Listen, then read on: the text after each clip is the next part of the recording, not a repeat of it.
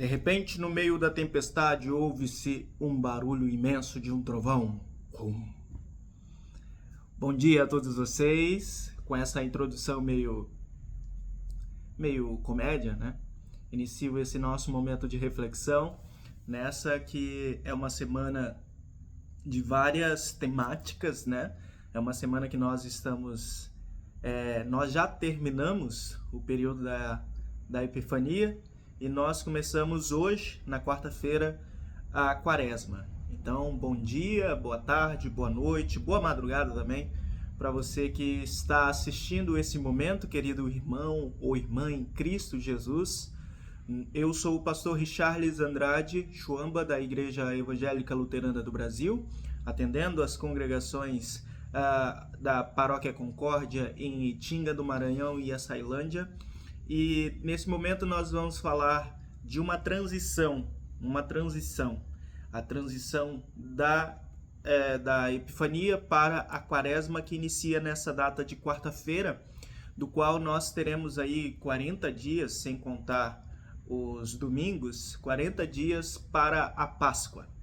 Desses 40 dias, sem contar a Páscoa, nós temos muitas coisas, muitos sinais, muitos costumes a serem feitos, mas antes de nós falarmos isso, e não sei se dará tempo, de repente nós em outro vídeo falaremos sobre esses costumes da Quaresma, nós precisamos ainda falar sobre a transição, esse período da Epifania que terminou com a transfiguração de Jesus, o momento onde talvez você não tenha na mente essa história, não lembre essa história, mas é um momento totalmente diferente dentro da caminhada ministerial de Jesus. Jesus geralmente estava entre o povo, entre as pessoas ou com os seus discípulos, e em alguns desses momentos os evangelhos mostram que Jesus também ficava à parte, seja para descansar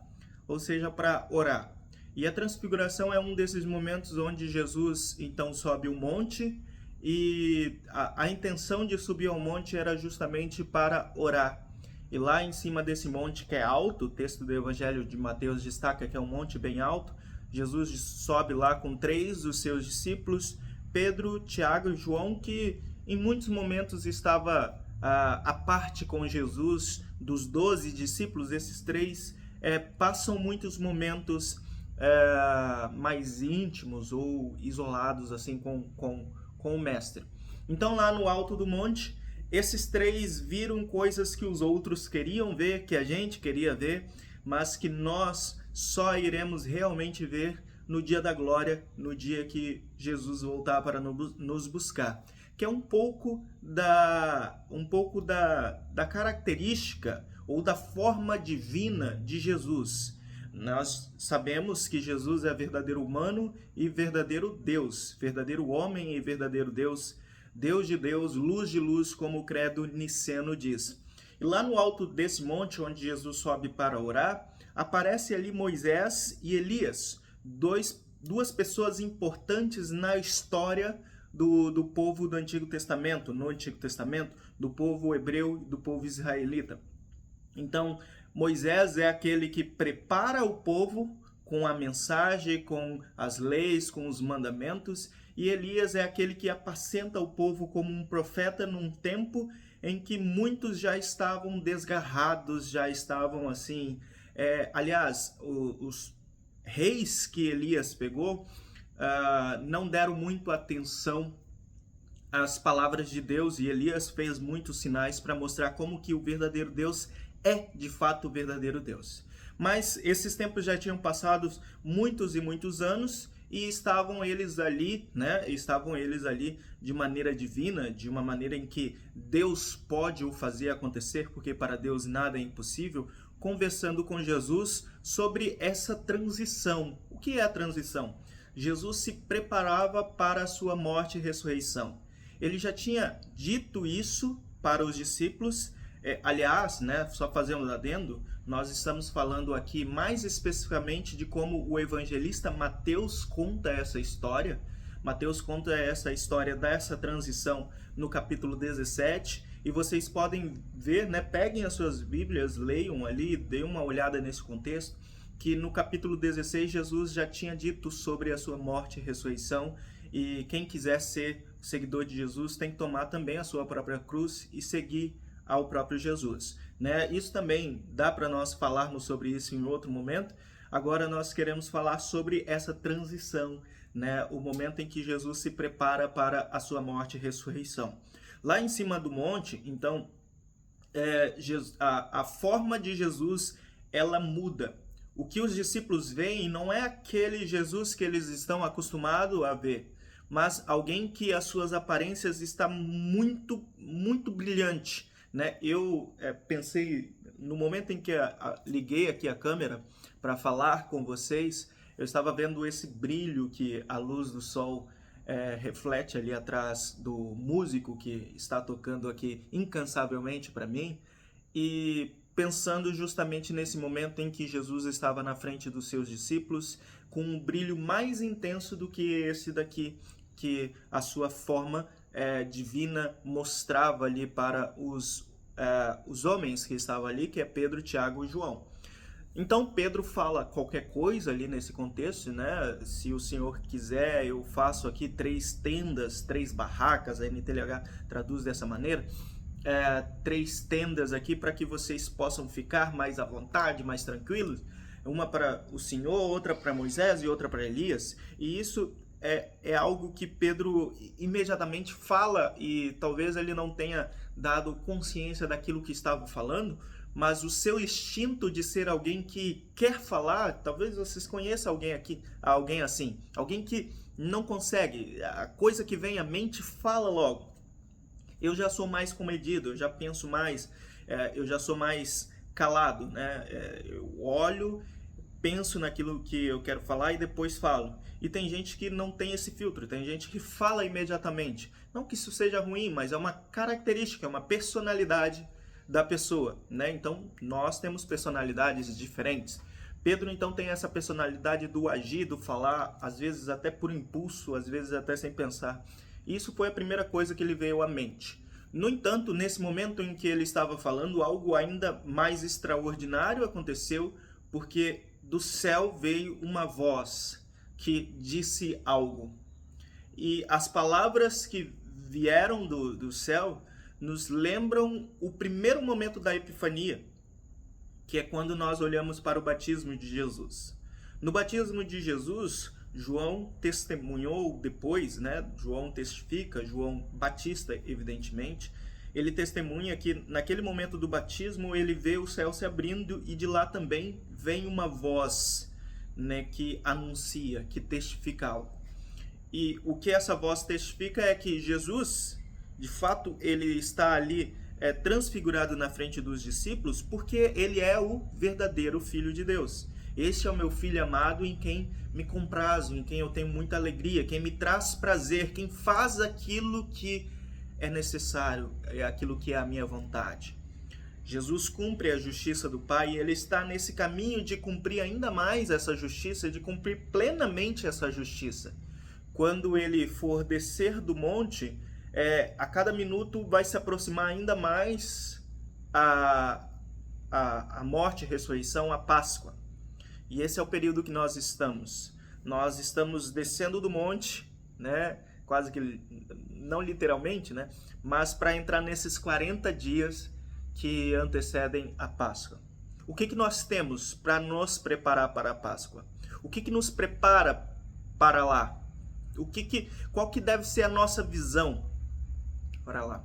A nossa visão deve ser a mesma que os discípulos tiveram naquele momento em que eles estavam com medo.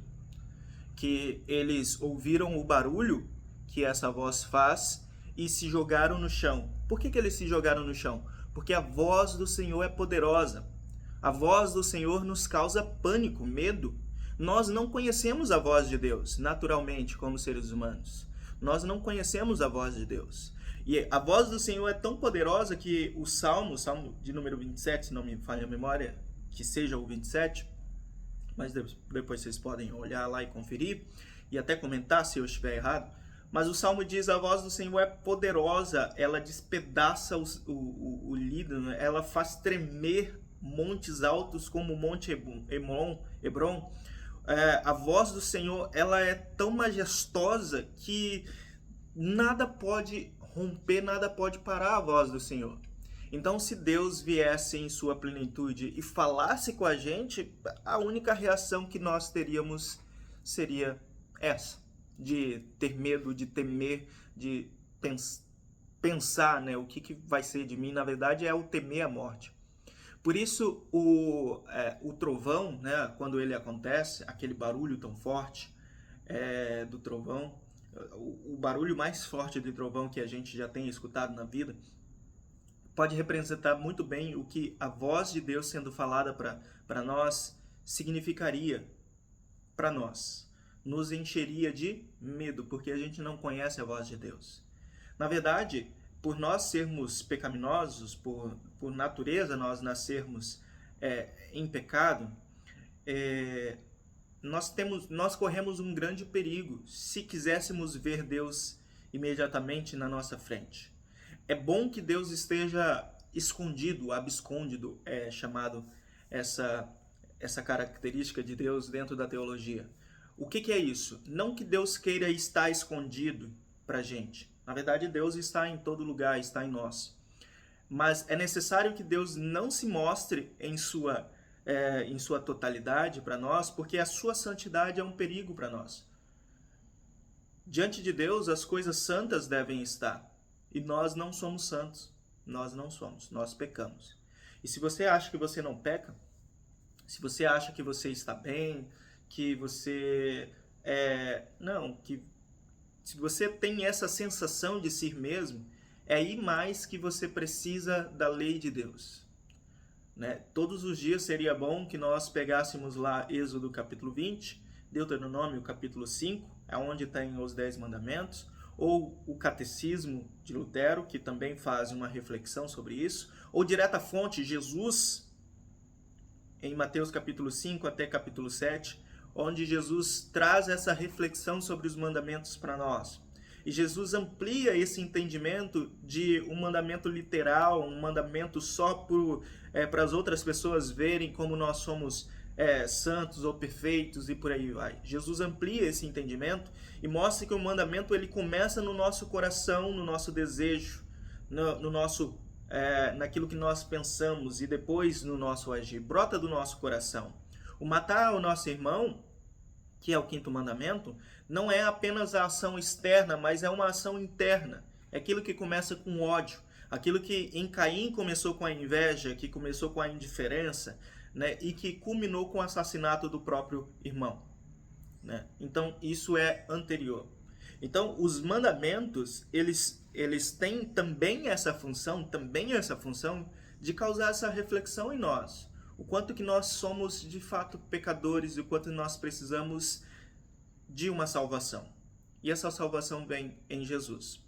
Por isso, ver Deus é perigoso para nós porque nós somos pecadores. Aliás, tem vários momentos, vários exemplos disso nas histórias no Antigo Testamento, mostrando que o quanto que apenas as coisas santas de Deus já causa esse perigo eminente para nós. O tabernáculo, onde a Arca da Aliança ficava, tinha que ser dividido, né? O povo não ficava no local onde a Arca da Aliança estava. Tinha um véu que separava para que isso não fosse perigoso. E as pessoas que entravam nesse local santo, onde a Arca da Aliança e coisas, né, que tinham sido antes utilizadas como instrumentos de Deus, as pessoas que entravam ali tinham que passar por um rito de purificação para poderem se colocar ali diante de Deus de maneira em que fosse aceitável por Deus. Não era por conta dela, mas era por conta daquilo que Deus disse para fazer. O poder, a voz, a ordenança sempre está em Deus. E é fantástico que quando nós chegarmos na Quaresma, aliás, quando nós terminarmos a Quaresma e chegarmos na Sexta-feira Santa, é fantástico perceber que no momento da crucificação de Jesus e que ele entrega então o seu espírito e de fato as coisas estão consumadas, esse véu que separava, ele deixa de separar, ele é rasgado de cima a baixo, como um sinal disso. nós não precisamos mais estarmos distantes de Deus por conta de Jesus, por conta do leão de Judá que morreu na cruz por nós. Não é por mim, não é pelo pastor Richarles, não é pela congregação, pela igreja que você está ou deixa de ir, se de repente você não tem tido essa oportunidade ou tem deixado essa oportunidade passar, não a deixe mais. A voz de Deus que é anunciada no Monte da Transfiguração é: este é o meu filho, ouça o que ele diz. Ouça as suas palavras, ouça o seu testemunho, ouça a sua obra, ouça as suas palavras na cruz, quando ele diz: está consumado. É importante que nós venhamos a procurar as palavras de Jesus, não só porque ele é um bom líder, um bom mestre, um bom ensinador, não. Mas porque ele é o nosso Salvador, ele é a nossa salvação, ele é a nossa esperança. Porque se nós colocássemos a nossa esperança em nós mesmos diante de Deus, eu consigo me salvar? Lamento muito dizer, mas nenhum ser humano é capaz de salvar a si mesmo pelas suas ações. Todos nós nascemos em corrupção, todos nós nascemos assim, e ao longo do tempo, ao longo das nossas vidas, nós só vamos mostrando ainda mais essa nossa natureza. Às vezes a gente fica horrorizado com as coisas que as pessoas são capazes de fazer, mas no fundo a gente sabe que num dia ruim, talvez até nós mesmos faríamos coisas como essas.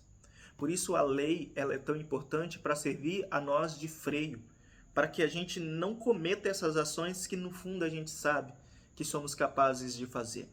E a cada momento que nós vamos nos enchendo ainda mais das leis de Deus, dos mandamentos de Deus, nós vamos nos treinando para ficar distante das nossas ações pecaminosas.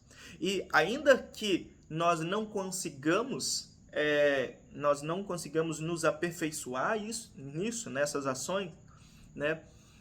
É aqui onde a graça de Deus ela é tão abundante, porque a graça de Deus manda para nós, envia a nós, sobre nós, o seu Espírito. E o Espírito, então, é que muda as nossas ações, o Espírito é que faz com que nós sejamos modificados.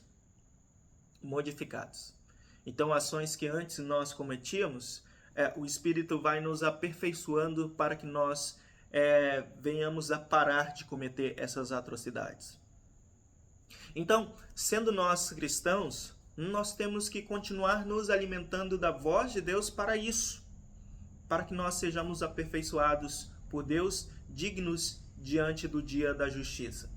Mas não pelas nossas ações. Perceba que é sempre Deus, é sempre a voz de Deus, é sempre Deus vindo a nós. Veio a nós na salvação em Cristo Jesus e continua vindo a nós através do seu Espírito, que é abundante sobre as nossas vidas e nos faz, inclusive, crer nesse Cristo.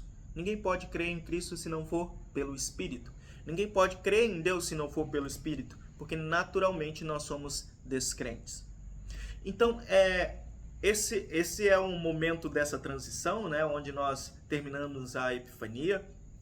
A cada vídeo que vocês podem consultar aqui, que nós lançamos nesse período da Epifania, vocês poderão ver, ou viram no passado, que o tema voz, ele sempre estava presente.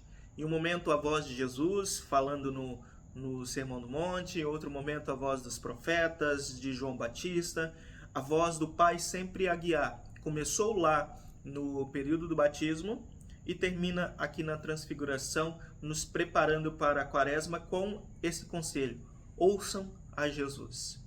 Então nós entramos hoje na quarta-feira de cinzas, na quaresma, com esse conselho, esse chamado por Deus, a nós estarmos a cada novo dia, cada novo dia que passar, desses 40, que a quaresma tem, sem contar os domingos, ouvindo a Jesus. Então somos chamados a ir ao encontro de Jesus, a buscar Jesus, para que o Espírito nos mova a ir ao encontro de Jesus. Ouça a voz de Jesus e se prepare para a Páscoa, porque pela graça de Deus a Páscoa é uma maravilhosa notícia para nós. A quaresma mostra que essa caminhada dos 40 dias é uma caminhada que nós somos imperfeitos. é uma caminhada de tentação, de tentação na carne mesmo, em que nós caímos, nós pecamos. Mas meus cachorros estão dando oi para vocês. Mas a caminhada dos 40 dias que Jesus passa no deserto, ele vence. Ele vence. No deserto, Jesus vence. E no deserto, que é a nossa vida, nós não conseguimos vencer. Por isso, a Páscoa traz uma notícia de aleluia, né? Graças a Deus pela salvação em Jesus. Assim que vocês possam sempre ouvir a voz de Jesus e a Quaresma seja um período de reflexão e levem vocês para a Páscoa com o coração, primeiro, contrito, por conta do arrependimento, por conta do pecado, e em segundo, em gratidão, porque Jesus se fez salvação para cada um de nós. Assim, um grande abraço, comentem, compartilhem esse vídeo para que outros ouçam a voz de Cristo.